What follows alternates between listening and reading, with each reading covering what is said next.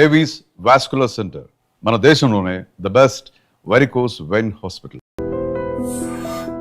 నమస్తే, welcome to iDreams. నేను మీ Hima, advance yoga trainer and nutritionist.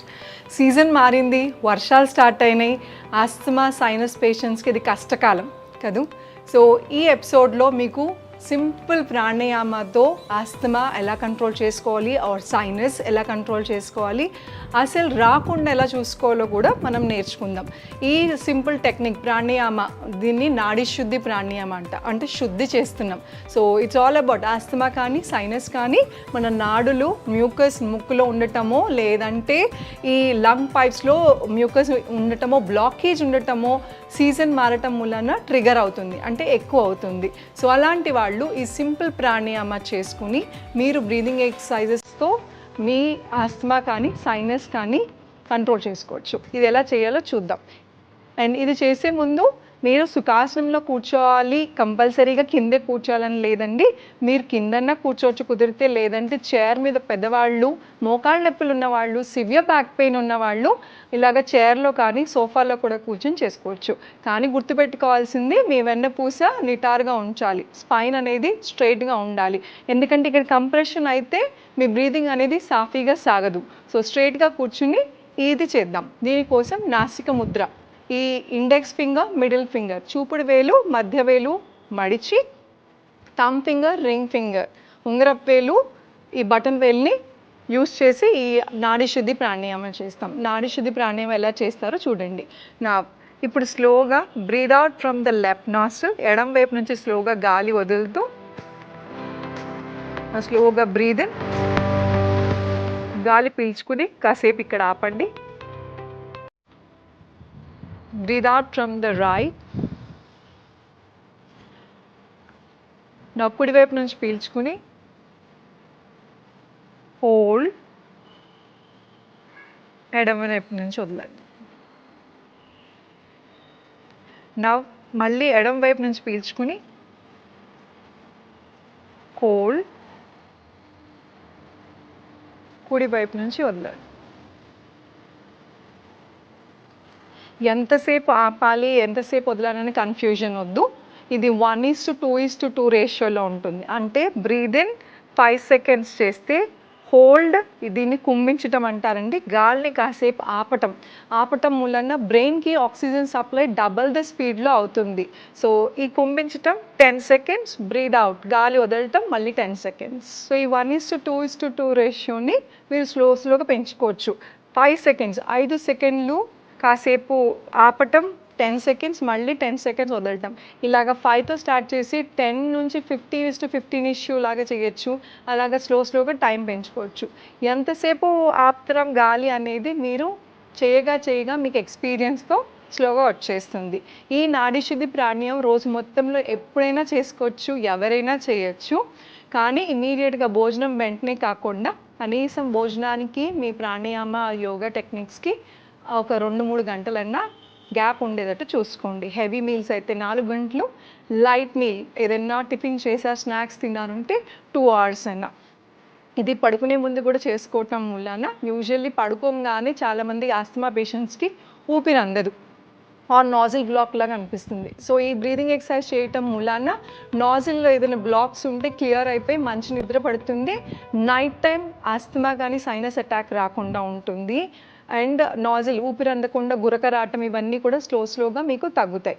నేను మళ్ళీ చేసి చూపిస్తాను. నాసిక ముద్ర, ఎడం వైపు నుంచి స్లోగా పీల్చుకోండి, హోల్డ్, ఆపండి. కుడి వైపు నుంచి వదలండి.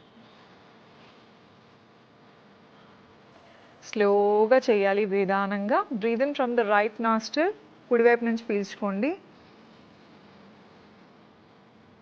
Hold, breathe out from the left. ఎంత నిదానంగా చేస్తే ఫ్రెష్ ఎయిర్ లోపల లంగ్స్ లోపల దాకా వెళ్ళి లోపల ఉన్న టాక్సిన్స్ చెత్త చెదారం ఏమన్నా చుట్టూ ఉన్న సిమెంట్ పార్టికల్స్ కన్స్ట్రక్షన్స్ అవుతున్నాయి డస్ట్ పార్టికల్స్ ముక్కులోంచి లోపలికి వెళ్ళిపోయి అది మొత్తం లంగ్స్ లోపల పేరుకుపోతుంది. అది మొత్తం బయటికి రావాలంటే ఇట్ టేక్స్ లిటిల్ టైం. స్లోగా బ్రీద్ అవుట్ చేస్తే ఆ మొత్తం లోపల ఉన్న టాక్సిన్స్ అన్నీ బయటకు వచ్చేస్తాయి. ఇలా మీరు లంగ్స్ని ఫిల్టరేషన్ ప్రాసెస్, నాడి శుద్ధి అంటే ఫిల్టర్ చేస్తున్నాం అనమాట. సో ఈ లంగ్స్ క్లీన్ అవ్వటం వలన కంప్లీట్గా మీకు మ్యూకస్ అంతా క్లియర్ అయిపోయి స్లోగా మీరు చక్కగా బ్రీదింగ్ నార్మల్గా స్మూత్గా అవుతుంది. అలానే ఈ సైనస్ ఆస్తమా పేషెంట్స్కి ఇది చాలా బాగా పనిచేస్తుంది. బాగా సివియర్గా ఆస్తమా ఉంది అనుకుంటే స్టీమర్ ఆవిరి పట్టుకుని ఈ బ్రీదింగ్ ఎక్సర్సైజ్ చేస్తే కొంచెం ఈజీగా ఇంకా ఎఫెక్టివ్గా పనిచేస్తుంది. ఇది ఏ టైంలో అయినా చేసుకోవచ్చు, ఏ ఏజ్ వాళ్ళైనా చేసుకోవచ్చు.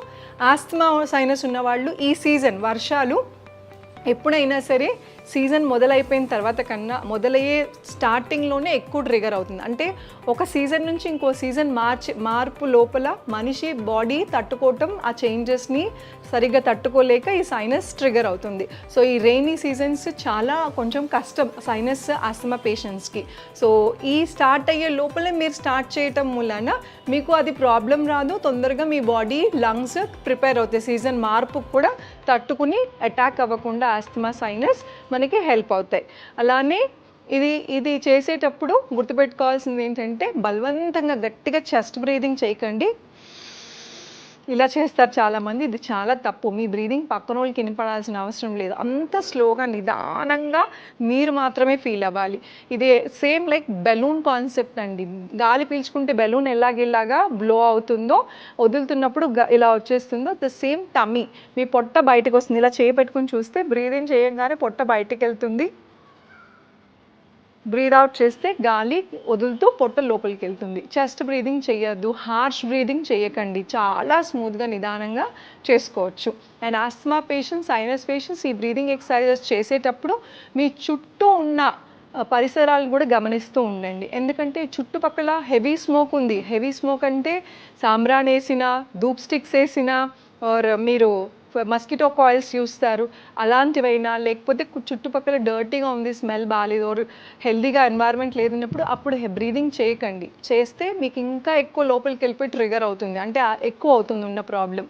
సో మీ చుట్టూ ఉన్నది ఇలా ఓపెన్ స్పేస్ లాగా, అంటే గాలి బాగా ఆడుతున్నట్టు ఓపెన్గా ఉన్నప్పుడు అలాంటి చోట మాత్రమే చేసుకోవటం వలన ఫ్రెష్ ఎయిర్ లోపలికి వెళ్తుంది, టాక్సిక్ ఎయిర్స్ మొత్తం బయటకి, అంటే చెడు లోపల ఉన్న మీకు అన్ని టాక్సిన్స్ అన్నీ బయటకు వచ్చేసి లంగ్స్ ప్యూరిఫికేషన్ అవుతాయి.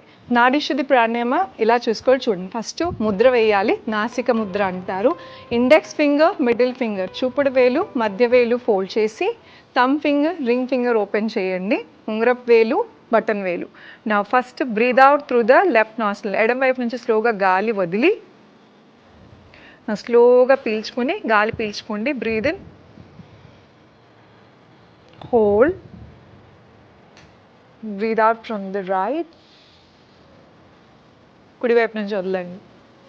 నా స్లోగా కుడివైపు నుంచి పీల్చుకొని